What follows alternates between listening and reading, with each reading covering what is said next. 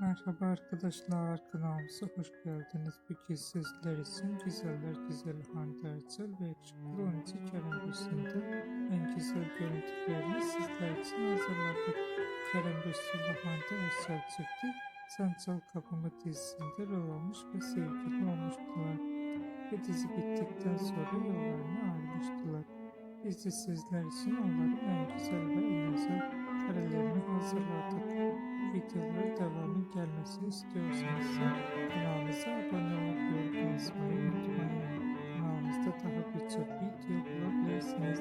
Bizi izlemeye devam edin. Herkese teşekkür ederiz.